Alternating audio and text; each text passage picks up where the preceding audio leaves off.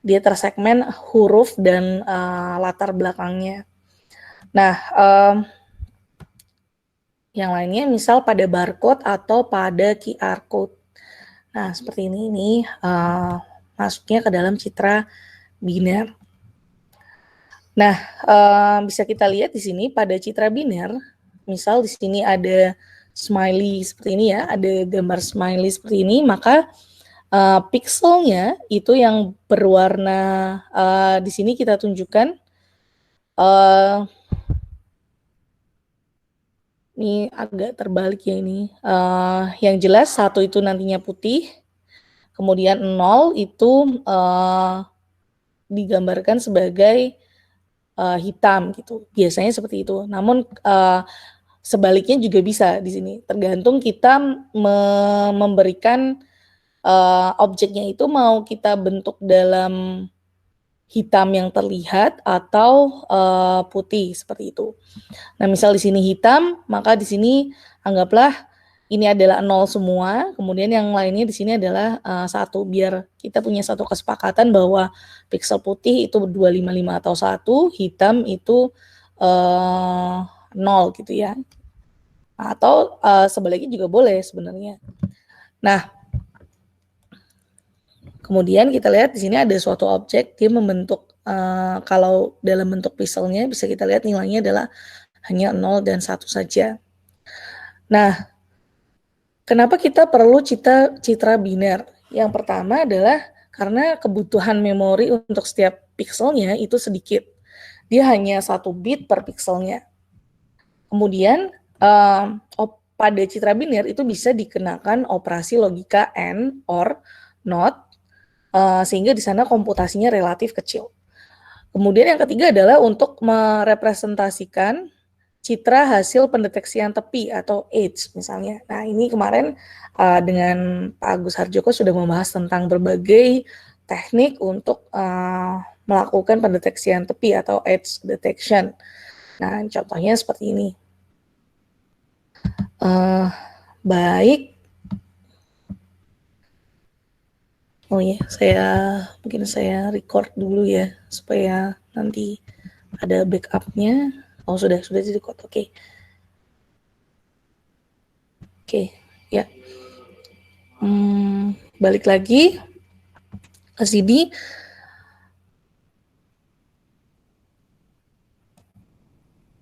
Nah, yang keempat adalah yaitu tadi untuk mensegmentasi, yaitu memisahkan antara objek dari latar belakang gambar. For example, di sini ada citra MRI, di sini ya, hasil radiografi. Ini adalah otak ya, otak manusia. Nah, ini kita segmentasi, kita ambil objek yang akan kita olah itu misalnya adalah bagian otaknya untuk mengetahui kanker misalnya. Nah, di sana kita melakukan segmentasi yaitu untuk mendapatkan objek yaitu berupa otak di sini dan latar belakang background-nya itu dianggap sebagai citra pixel berwarna hitam. Atau sebaliknya, nanti bisa juga bagian otaknya ini kita warnai sebagai hitam, latarnya sebagai putih. Jadi konteksnya itu hanya kita mau membedakan antara objek dan background-nya. Baik itu hitam atau putih, nanti tergantung konsistensi dari kita aja, kita mau ngambil yang mana. Nah, kemudian di sini kita lihat lagi, ini irisan dari MRI misalnya. Nah, ini kita juga bisa mendapatkan objeknya. Kemudian citra tangan misalnya, kita mendapatkan objek tangannya di sini. Kemudian ini citra grayscale-nya misalnya. Nah, kemudian citra pesawat juga. Nah, misal orang juga bisa di sini. Nah, kita dapatkan mana bagian topinya. Kemudian misalnya ini per partnya, tapi kalau citra biner tentunya dia hanya bagian objek sama latar belakangnya aja seperti ini. Tuh. Kemudian ini misalnya objek penguin, kemudian ini objek pesawat misalnya. Tujuan selanjutnya adalah untuk lebih memfokuskan pada analisis bentuk morfologi. Yang dalam hal ini intensitas pixel itu tidak terlalu penting dibandingkan bentuknya. Nah, setelah objek dipisahkan dari latar belakangnya atau proses segmentasi selesai, maka properti geometri dan morfologi objek itu dapat dihitung dari citra binarnya. Nah, ini nanti yang namanya post processing tadi, ada morfologi erosi, dilasi, opening, tining. Nah, seperti itu nanti kita akan bahas juga setelah di materi morfologi citra. Nah, itu citra masukannya di sini adalah berupa citra biner, hanya terdiri dari piksel putih dan hitam saja. Selanjutnya adalah untuk menampilkan citra pada piranti luaran yang hanya mempunyai resolusi intensitas 1 bit. Misalnya di sini adalah printer. Nah, sekarang bagaimana caranya kita mengkonversi dari citra grayscale ke citra biner? Di sini kita lakukan operasi yang namanya thresholding. Nah, ini sempat kita bahas juga kemarin tentang segmentasi. Nah, operasi thresholding ini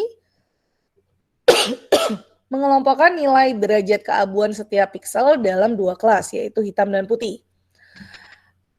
Piksel pada koordinat I, J, maaf,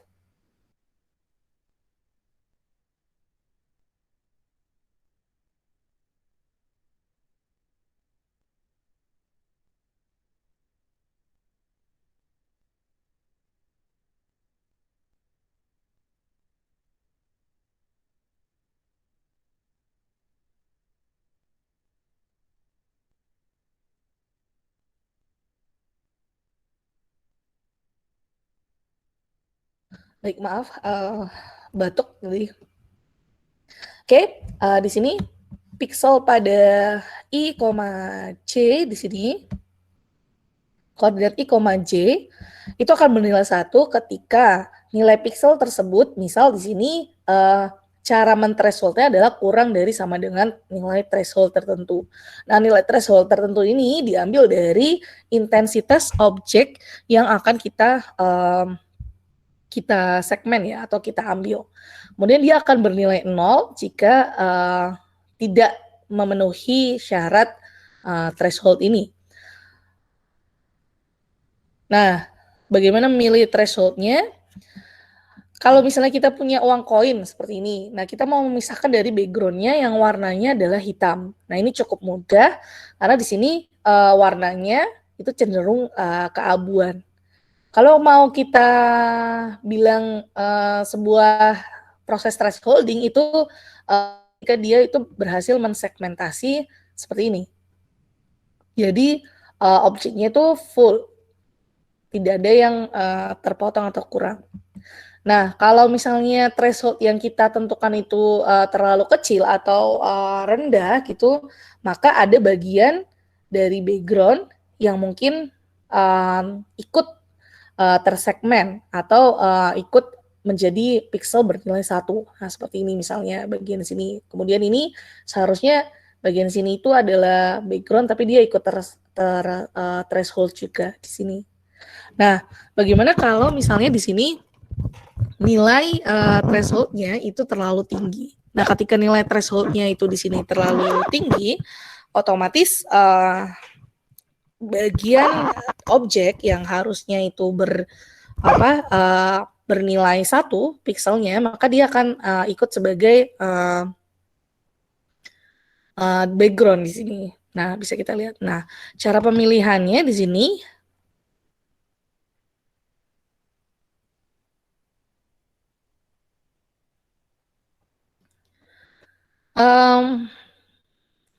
pertama adalah threshold global. Nah, nilai T ini berlaku untuk seluruh bagian di dalam citra.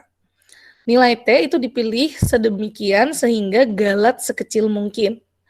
Nah, jika citra mengandung 1 atau lebih objek dan latar belakang dengan intensitas yang homogen, maka histogramnya itu bersifat bimodal. Nah, kemarin kan sudah dibahas tentang histogram bahwa setiap intensitas dari pikselnya itu kita plot dalam sebuah grafik histogram, jumlah piksel bernilai 1-nya itu berapa sampai dari 0 sampai 255.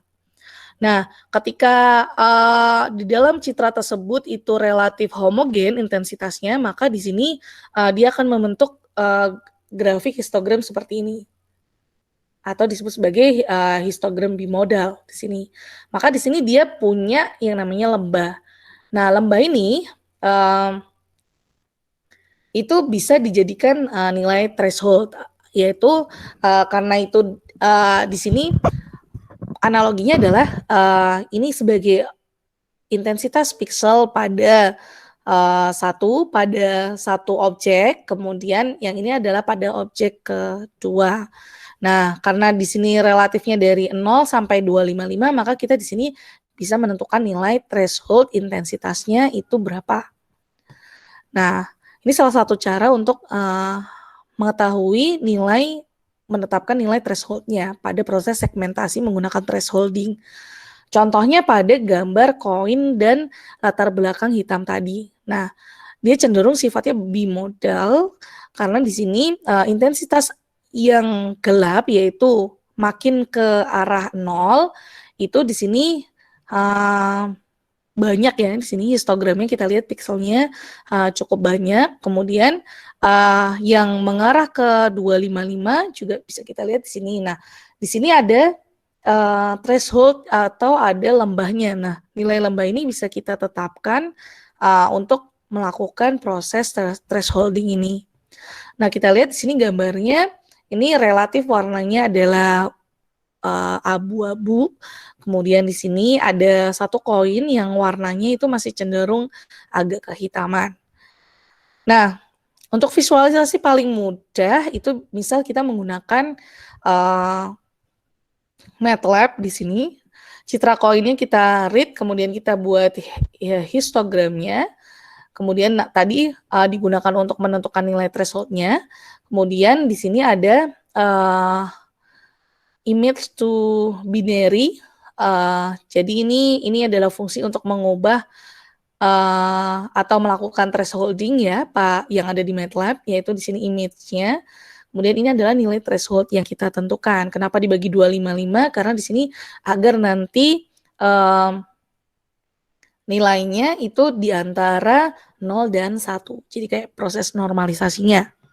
Nah, bisa kita lihat ini adalah hasil proses thresholding-nya, karena di sini ada satu koin yang, dia relatif warnanya agak kehitaman, maka di sini ada beberapa bagian dari koin tersebut yang masih dianggap sebagai, background. Nah, ini bisa diatasi dengan tuning lagi, berarti tuning nilai, threshold-nya.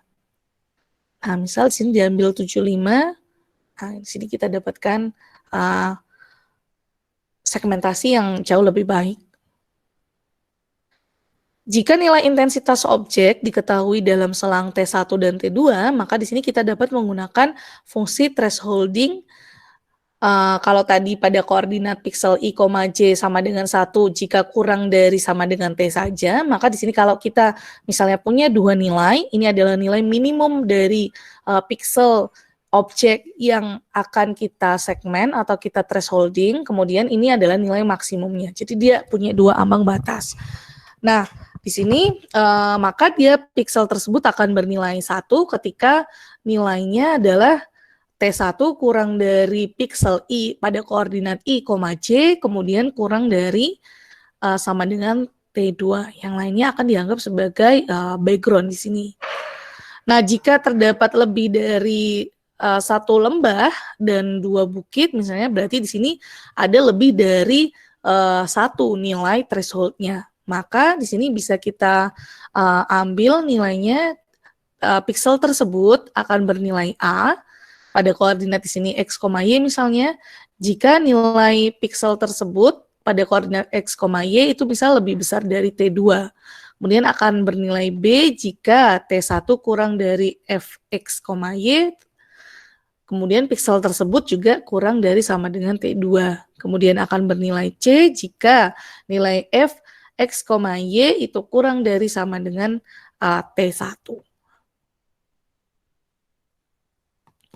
Nah, dalam menentukan nilai ambang T secara otomatis atau tanpa inspeksi secara visual pada histogramnya, kita bisa menggunakan algoritma global thresholding ini. Yang pertama, kita taruh nilai inisial nilai T atau inisialisasi nilai T, kemudian kita segmen menggunakan nilai T, di mana G1 di sini adalah pixel yang lebih cerah dari nilai threshold, kemudian G2 adalah pixel yang nilainya itu lebih gelap atau sama dengan nilai T atau nilai thresholdnya di sini.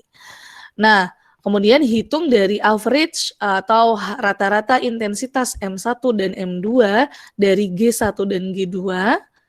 Berarti di sini nilainya pada pixel sebelumnya, pixel untuk citra yang lebih cerah atau istilahnya lebih besar dari nilai threshold ya, berarti karena di sini sampai 255 misalnya, dan kemudian atau dia yang dianggap sebagai background-nya. Kemudian di sini kita menentukan nilai threshold yang baru, yaitu dari M1 ditambah M2 dibagi 2. Jika nilai T dikurangi threshold yang baru ini lebih besar dari delta T, maka dia akan mengiterasi menuju ke step yang kedua di sini.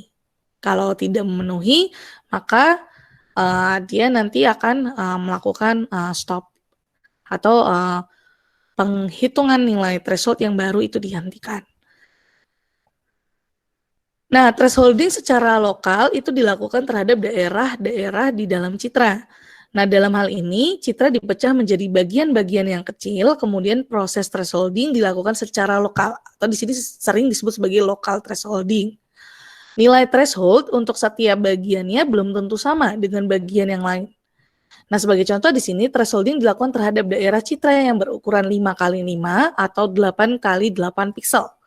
Nilai ambangnya ditentukan sebagai fungsi rata-rata dari derajat keabuan di dalam daerah citra tersebut. Jadi locally ya, kalau tadi kita memberikan suatu nilai threshold ke semua piksel yang ada di dalam citra, maka pada local thresholding ini kita membagi citra tersebut menjadi suatu sub-sub bagian, nah di mana sub bagian itu nanti punya nilai threshold sendiri-sendiri, seperti itu. Kemudian adaptive thresholding. Nah, adaptive thresholding ini mengubah nilai ambang secara dinamis pada citra. Jadi dia itu tidak kita tentukan terlebih dahulu dan saklek segitu. Ini kemudian dia menyesuaikan. Jadi menyesuaikan secara otomatis gitu ya, secara adaptif itu akan berubah-ubah. Nah, versi thresholding ini itu lebih mengakomodasi perubahan kondisi cahaya pada gambar. Misal pada illumination gradient atau pada bayangan misalnya. Nah, for example, sini kita lihat ini ada yang paling umum digunakan ya. Ini adalah citra beras misalnya, kemudian ketika dia diplot dalam suatu histogram, dia di sini punya 3 puncak dan 2 lembah, berarti di sini ada lebih dari 1 nilai threshold, karena di sini pencahayaannya di sini, bagian sini itu cukup gelap ya, dibandingkan dengan bagian yang sini. Bagian sini agak gelap. Nah, kemudian ini kita coba untuk lakukan proses thresholding menggunakan tadi adaptif, jadi dia berubah-ubah. Nah, berubahnya itu dilakukan dengan cara mencari nilai min-nya, misalnya min dari setiap perubahan gambar ya. Jadi kalau misalnya tadi ada flicker pada kamera itu kan terjadinya secara tiba-tiba. Terus kalau misalnya tambah siang itu gambarnya itu berarti kan ada mungkin objeknya itu jadi ada bayangannya. Nah, itu kan berarti kita butuh running lagi untuk mendapatkan threshold yang baru. Nah, biasanya di sini bisa menggunakan nilai min-nya. Nah, min-nya itu juga berubah-ubah tergantung nilai intensitas yang ada di dalam citra tersebut.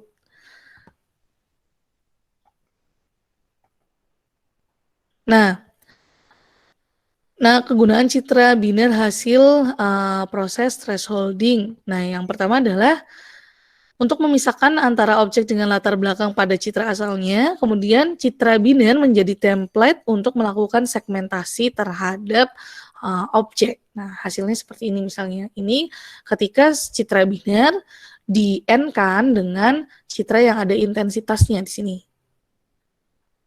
Nah, kemudian kita ambil bagian objeknya saja, misalnya di sini. Nah, background-nya kita anggap 1 dan kemudian di sini sehingga terlihat hasil segmentasi dari objek berupa koin tadi.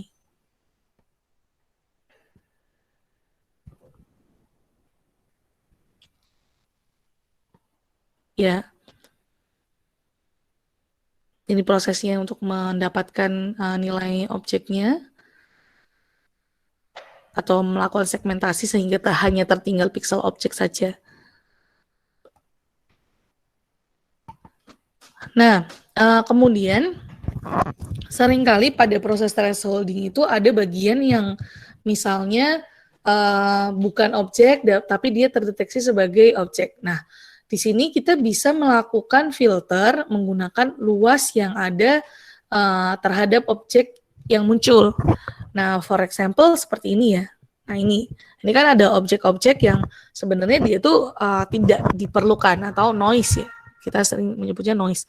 Bisa dilakukan filtering juga sebenarnya menggunakan sebelumnya ya. Jadi sebelumnya kita filter dulu pada saat grayscale dengan median filter. Tapi biasanya kalau dalam citra biner seperti ini kita bisa melakukan filter menggunakan luasannya. Nah, filter luas ini dapat digunakan untuk menghilangkan daerah atau area noise. Misal dia mempunyai luas yang lebih besar dari nilai T atau lebih kecil dari nilai T, itu nanti dia dihilangkan atau pixelnya dijadikan sebagai background gitu nantinya. Nah, ini misal di sini kita mau memfilternya dengan luasan di mana nilai thresholdnya adalah 10 misalnya. Nah, berarti di sini pixel yang dia itu nilainya kurang dari 10 di sini atau sama dengan 10 di sini dia akan dianggap sebagai background atau pixel-pixel di sini akan dijadikan sebagai pixel background. Nah, kesalahan yang diperoleh dari pengambilan nilai T yang tidak tepat, misalnya T sama dengan 25 di sini, maka mengakibatkan titik I di sini akan hilang. Nah, sehingga huruf I-nya itu akan mirip dengan angka 1 di sini. Jadi memang proses untuk filter luas ini kita harus trial dan error ya, mencarinya mana nilai threshold luas yang paling tepat untuk daerah yang akan kita filter seperti itu.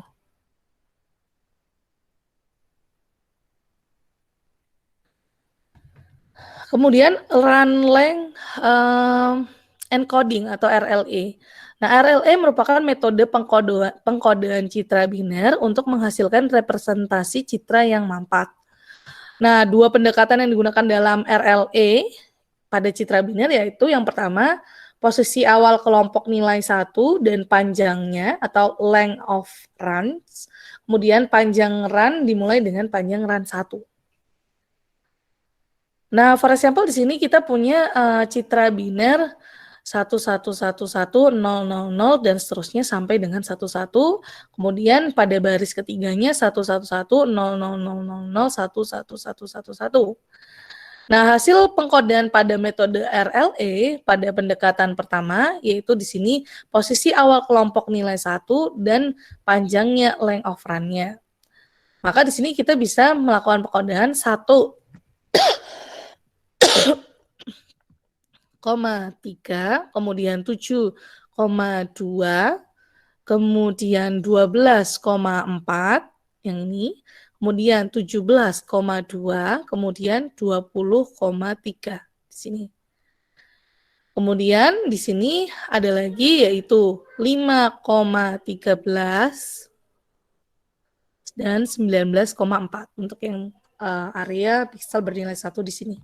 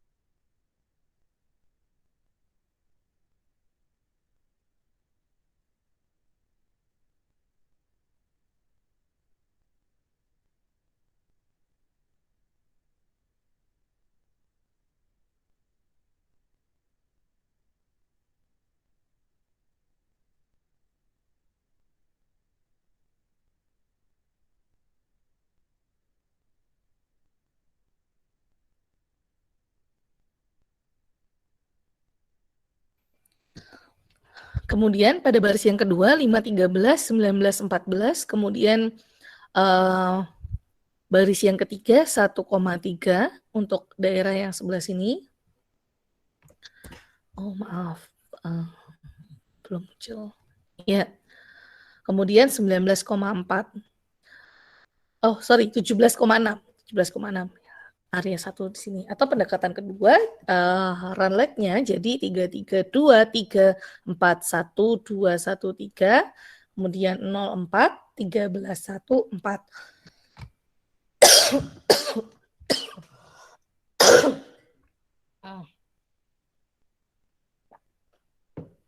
Ya, maaf.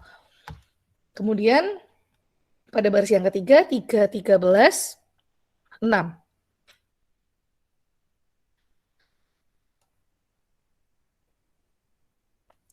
Kemudian kuatri.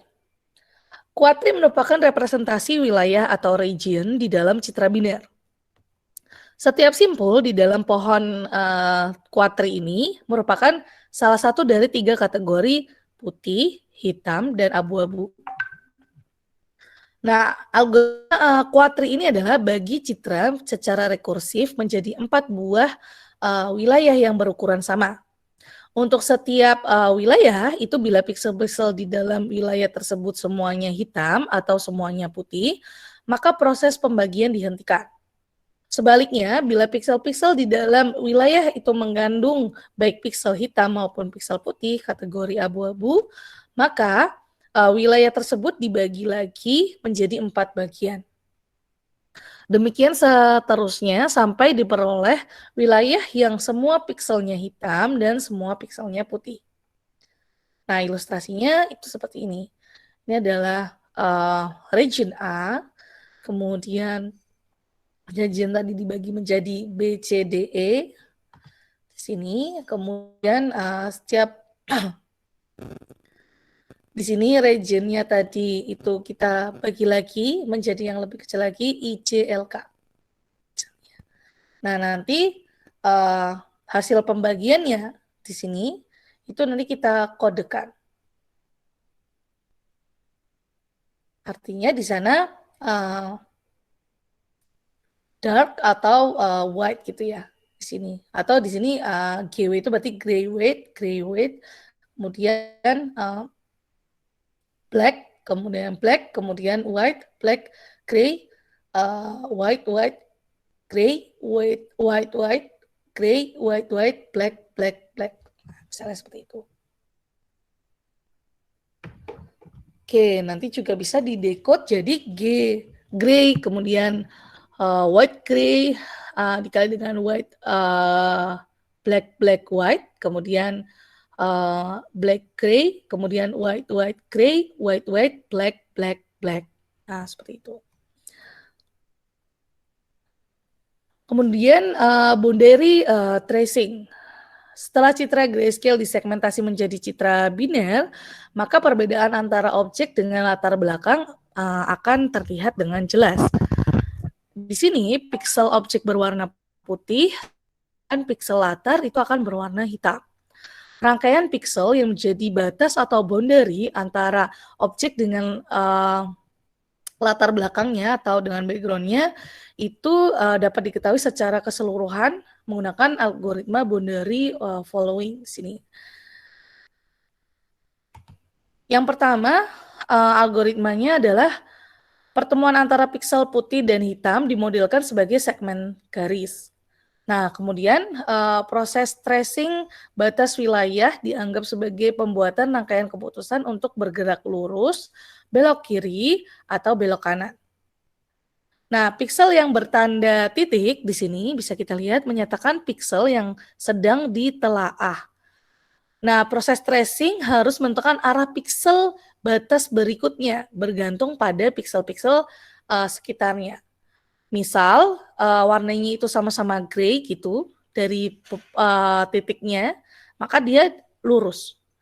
Kalau, sebelah atas kemudian kirinya itu grey juga, maka dia harus, belok tracing-nya. Kemudian kalau misalnya di sini, warnanya hitam, kemudian grey, kemudian atasnya, sampingnya, dan sebelahnya itu putih semua, maka di sini dia harus belok, kanan gitu ya. Nah, logiknya seperti ini. If depan tidak sama, maka arah X, Y adalah belok kanan. Kemudian jika tidak memenuhi, maka dia akan ke rule selanjutnya. Di sini if silang sama, yaitu arah X, Y, kemudian dia belok kiri. Kemudian jika tidak, maka dia lurus. Nah, misal di sini melakukan segmentasi sudah. Kemudian tentukan koordinat awal untuk melakukan deteksi batas. Misal di sini kita pakai dim-nya adalah size BW, kemudian kolomnya di sini adalah nilai dari size kedua, berarti di sini adalah baris kolom-kolom dibagi 2 dikurangi 90. Kemudian barisnya di sini size-nya kan kalau dim 2 itu berarti yang kita ambil adalah 46-nya di sini. Kemudian row-nya diambil dari min, find, BW pada seluruh baris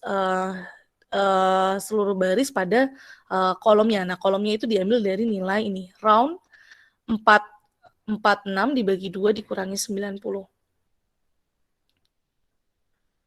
Nah, selanjutnya kita dapat nilai kolom sama row-nya, maka panggil fungsi BW trace boundary untuk menelusuri batas objek dari titik awal yang dispesifikasikan, yaitu BW trace boundary, BW, row, kolom, kemudian nilai n di sini.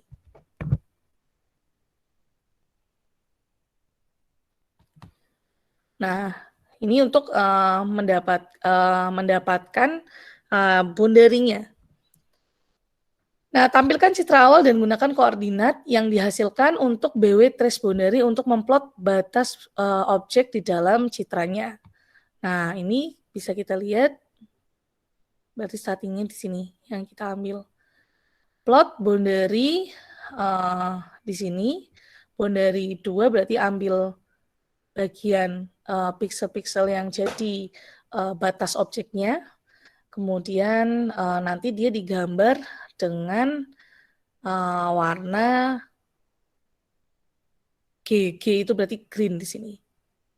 Nah, untuk menelusuri batas semua koin lain itu kita gunakan BW trace boundary secara berulang. Jadi kita pakai for example di sini ada 3, 6, 7, 8, 9, 10, ada 10 objek. Maka nanti ini untuk objek pertama startingnya dari sini, nanti objek kedua nanti startingnya dengan yang paling dekat misalnya sebelah sini.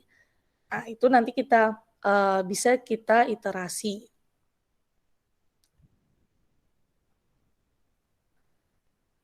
Nah, untuk menemukan batas objek itu kita gunakan BW boundary kalau dalam MATLAB.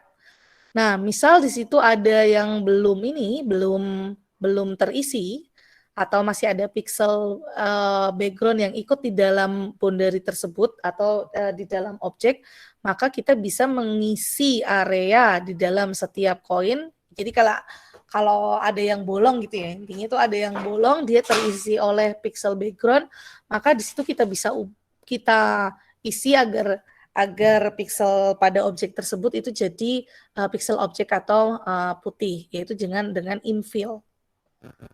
Nah, dari infill tersebut kemudian kita bisa mencari nilai boundary-nya. Nah, BW boundary sini mengambilkan array sel, setiap sel mengandung koordinat baris dan kolom objek di dalam citranya. Nah, ini yang saya sebut tadi, kita bisa mengiterasinya untuk mencari nilai boundary atau lingkaran dari setiap objek yang berhasil kita segmen.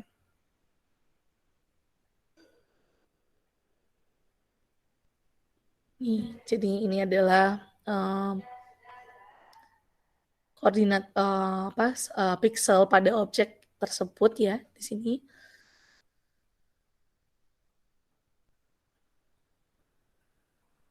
XY-nya untuk lingkaran boundary-nya di sini.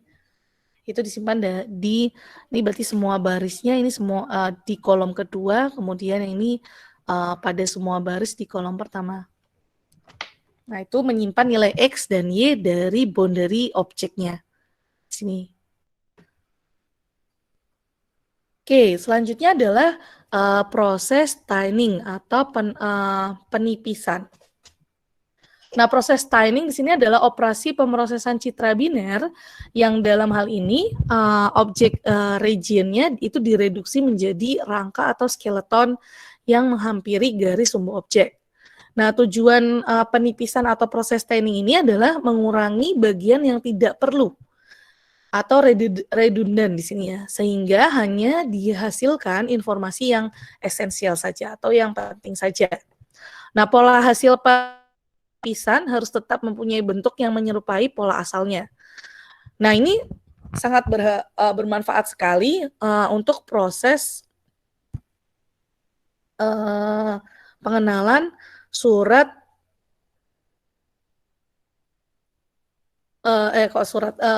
plat nomor, kemudian pengenalan huruf, itu proses tiling pada image processing ini itu sangat bermanfaat.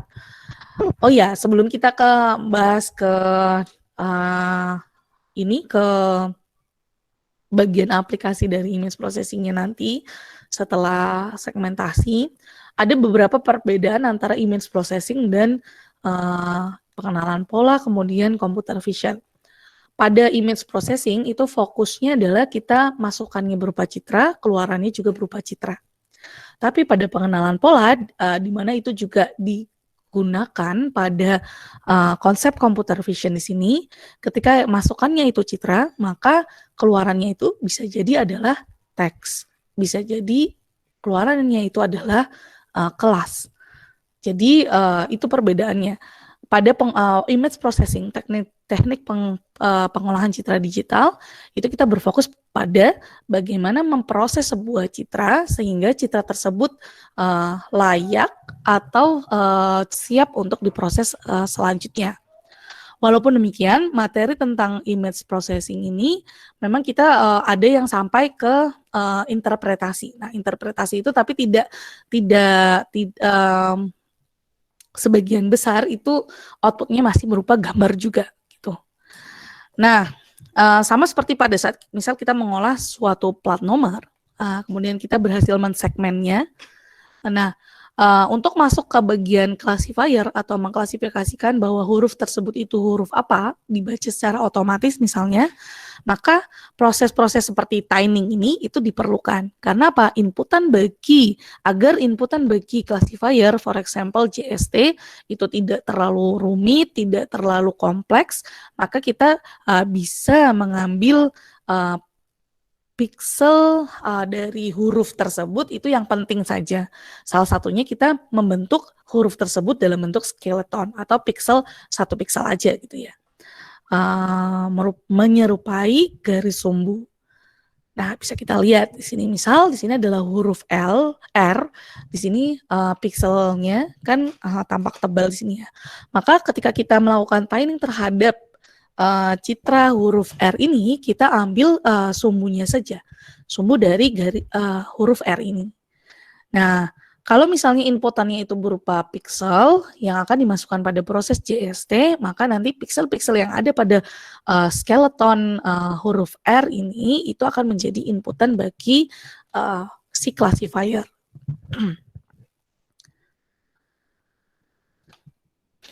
Nah, ini ya pada pengenalan pola. Nah, tiling ini merupakan proses yang iteratif yang menghilangkan piksel-piksel hitam, mengubahnya menjadi piksel putih pada tepi-tepi pola. Jadi di sini algoritma penipisan itu dia membuang piksel-piksel pinggir objek, yaitu piksel-piksel yang terdapat pada peralihan antara 0 ke 1. Nah, algoritma tiling itu harus memenuhi persyaratan yang pertama, mempertahankan keterhubungan piksel-piksel objek pada setiap ini saya salah ketik deh. Pada istilahnya setiap garis yang dibentuk ya, pada sumbu garis yang terbentuk, jadi tidak menyebabkan bentuk objek menjadi terputus intinya. Kemudian tidak memperpendek ujung lengan dari bentuk yang ditipiskan. Nah, for example, gambar A ini adalah penghapusan piksel pinggir itu yang menyebabkan ketidakterhubungan. Kemudian di sini penghapusan piksel pinggir yang memperpendek lengan objek itu juga tidak boleh. Kemudian notasi piksel yang digunakan untuk memeriksa keterhubungan itu misalnya seperti ini ada PO, kemudian P1, P2, P3, P4, P5, P6, P7, P8. Nah, biasanya dengan operasi ketetanggaan, operasi ketanggaan atau in neighborhood gitu. Neighborhood.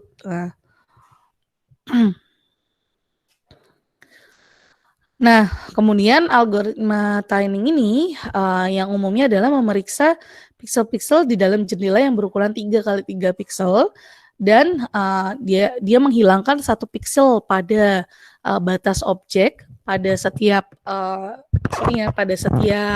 sumbunya sampai objek itu berkurang menjadi garis yang tipis. Yang pertama, mula-mula diperiksa jumlah piksel objek yang bernilai 1 sampai N di sini di dalam jendela 3 kali 3 piksel. Jika N kurang atau sama dengan 2, tidak ada aksi yang dilakukan karena di dalam jendela terdapat ujung lengan objek. Kemudian, jika N lebih besar dari 7, di sini tidak ada aksi yang dilakukan karena dapat menyebabkan erosi pada objek. Kemudian, jika N lebih besar dari 2, maka periksa apakah penghilangan piksel tengah itu menyebabkan objek tidak terhubung. Nah, ini dilakukan dengan membentuk barisan P1, P2, P3, sampai P8, kemudian P1 lagi. Jika jumlah peralihan 0 ke 1 di dalam baris tersebut sama dengan 1, berarti hanya terdapat 1 komponen terhubung di dalam jendela 3 kali 3. Nah, pada kasus ini dibolehkan menghapus piksel tengah yang bernilai 1 karena penghapusan tersebut tidak mempengaruhi keterhubungan. Nah, misalnya di sini dalam C++ ya. Misal di sini algoritma tilingnya ini kita lakukan do while. Ini untuk mengakses baris kemudian kolomnya. Jika piksel pada koordinat tersebut sama dengan 1, maka dia akan menghitung jumlah 1 di dalam jendela 3 kali 3. Nah, ini adalah kernelnya gitu ya. If K plus I koordinat kemudian J plus 1 sama dengan 1, maka count-nya ini ditambah. Jadi ada proses penambahan jumlah piksel 1. Kemudian jika count-nya itu lebih besar dari 2 dan count kurang dari 8, maka hitung jumlah peralihannya. Nah, di sini berarti kita lihat posisinya tadi yang ada di 8 ketetanggaan tadi dari piksel tersebut, yaitu pada koordinat K-1, kemudian 1-11 misalnya untuk Y0, kemudian Y1-nya pada koordinat K-1, 1, kemudian di sini pada koordinat pada Y2 di sini adalah koordinat K-1, kemudian di sini adalah L ya. Sorry, ya ini L. Oke, betul. L plus 1, kemudian ini L ya, maaf tadi. Kemudian ini L dikurangi 11. Kemudian pada piksel yang ketiga di sini, posisi yang ketiga yaitu FK L plus 1, kemudian yang keempat di sini K plus 1, L plus 1, kemudian FK plus 1 L, kemudian di sini K plus 1 L min 1, kemudian yang ketujuh di sini pada posisi K L min 1, kemudian yang ke-8 di sini adalah K min 1, L min 1. Nah, kemudian di sini kita lihat jika jumlah peralihannya sama dengan 1, maka hapus piksel yang sedang diacu. Di sini ini dicek apakah Y sama dengan 0 dan YM plus 1-nya itu sama dengan 1. Di sini jika ya, maka dia akan menghapus piksel yang sedang diacu. Nah, di sini berarti FKL sama dengan 0. Tuh, kemudian di sini statusnya nih ada hanya flag aja. Oke sama dengan 0. Jika oke sama dengan 0, maka dia nanti berhenti. Nah, sepertinya saya juga belum pernah ngasih tugas ke kalian. Kemarin cuma untuk mencoba aja ya. Nah, sekarang tugasnya adalah buatlah proses segmentasi citra menjadi citra biner, kemudian buatlah program tining. Nah, nanti akan saya share beberapa citra plat nomor yang nanti tugas kalian adalah melakukan proses segmentasi terhadap hurufnya. Jadi mensegmen hurufnya, kemudian dari backgroundnya, kemudian coba untuk memotong tiap huruf pada plat nomor tersebut. Kemudian setelah hasilnya berhasil dipotong, itu setiap huruf tadi itu coba kalian lakukan proses tining. Berarti nanti tiningnya itu ada citra tining juga. Jadi ada citra yang bentuknya skeleton. Outputnya itu pada setiap huruf yang kalian segmen. Oke, ada pertanyaan dulu. Jadi dikalikan atau dikonvolusi dengan piksel-piksel yang ada pada citra tersebut. Nah, jadi yang disebut ketetanggaan itu sebenarnya seperti sebuah kernel tadi gitu ya. Jadi ini nanti gunanya banyak pada citra biner, apalagi dia itu bisa digunakan untuk proses menghitung area.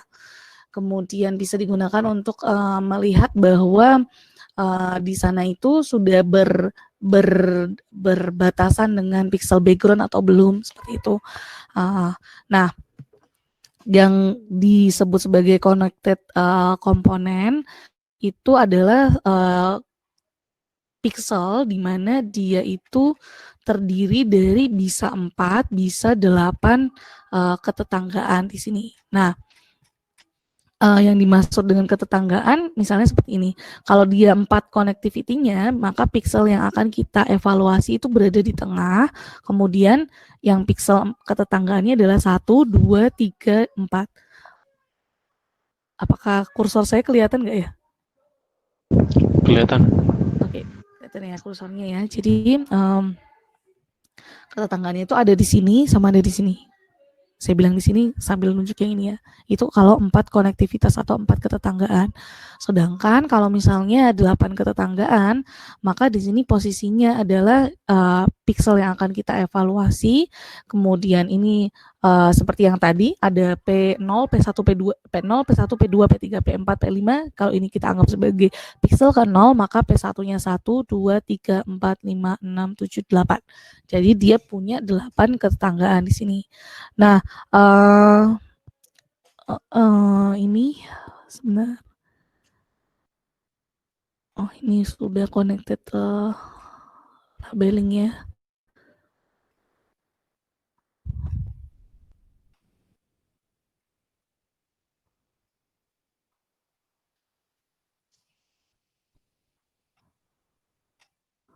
Morphological. Oke, sebentar.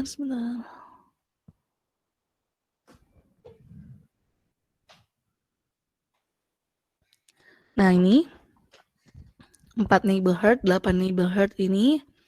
Nah, ini gunanya nanti untuk morfologi pada citra. Jadi ada dilasi, kemudian closing, kemudian morphological gradient. Nah, itu nanti sangat bermanfaat sekali kalau untuk misal tadi ya saya katakan pada case plat nomor di sini.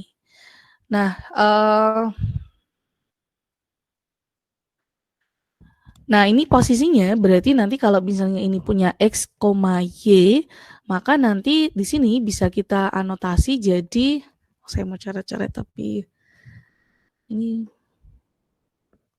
Google ini bisa coret-coret nggak ya?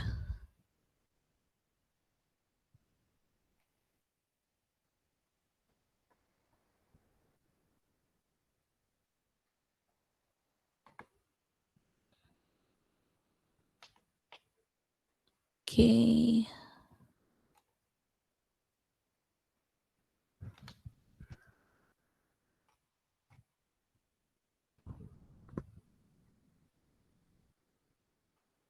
Nah, sampai Google Jamboard-nya saya share.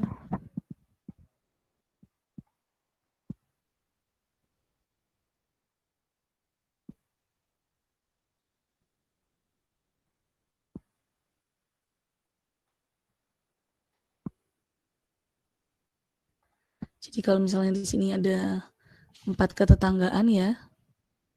8 ketetanggaan.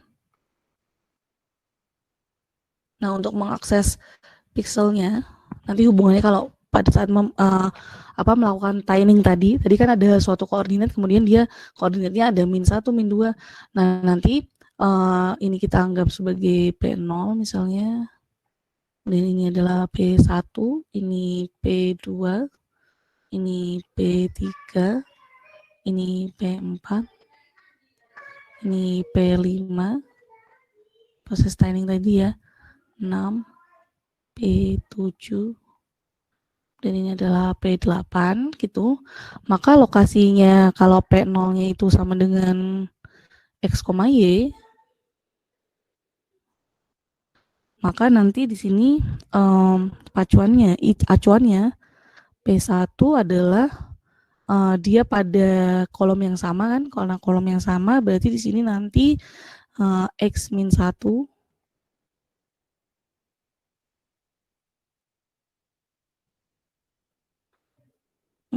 biasanya kan kalau 0,0 di sini ya, 0,0 kan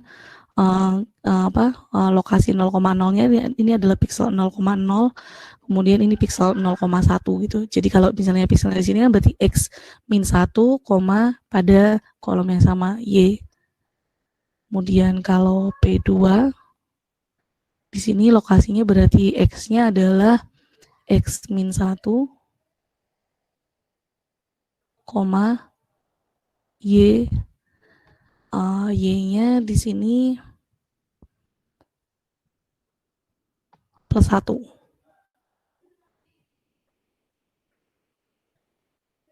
Ini atau kolomnya itu +1 di P2. Kemudian kalau P3 berarti di sini dia lokasinya nanti cara mengakses pixelnya adalah pada X yang sama, kemudian Y-nya Y+1.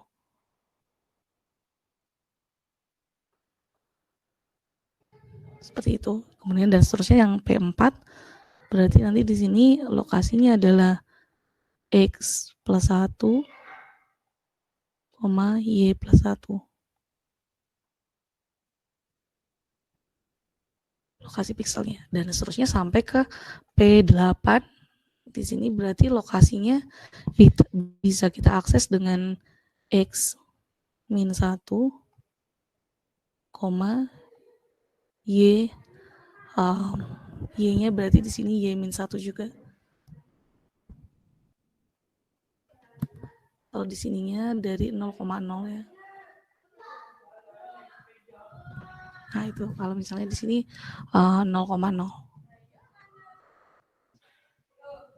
kita ngambilnya. Nah, dari neighborhood ini nanti dia kan pixelnya ada yang misalnya di sini 0, 1, 1, 1, 0, misal di sini 0 ya, 1, 1, 1. Nah, nanti kan bisa kita lihat di sini yang bernilai 1 itu yang mana saja dari ketetanggaan tersebut. Nah, nanti bisa kita lihat nanti dia membentuk garis apa. Berarti di sini nanti ada garis hitam di sini. Gitu. Yang lainnya di sini berarti objek. Nanti yang sini juga masih objek. Misalnya seperti itu. Nah, ini gunanya untuk 8 ketetanggaan. Banyak banget fungsinya. Nanti dia bisa untuk ya tadi morphological objek, kemudian dia bisa untuk ini ya, untuk age detection itu juga bisa. Kemudian untuk proses tiling itu juga sangat bermanfaat sekali di sini.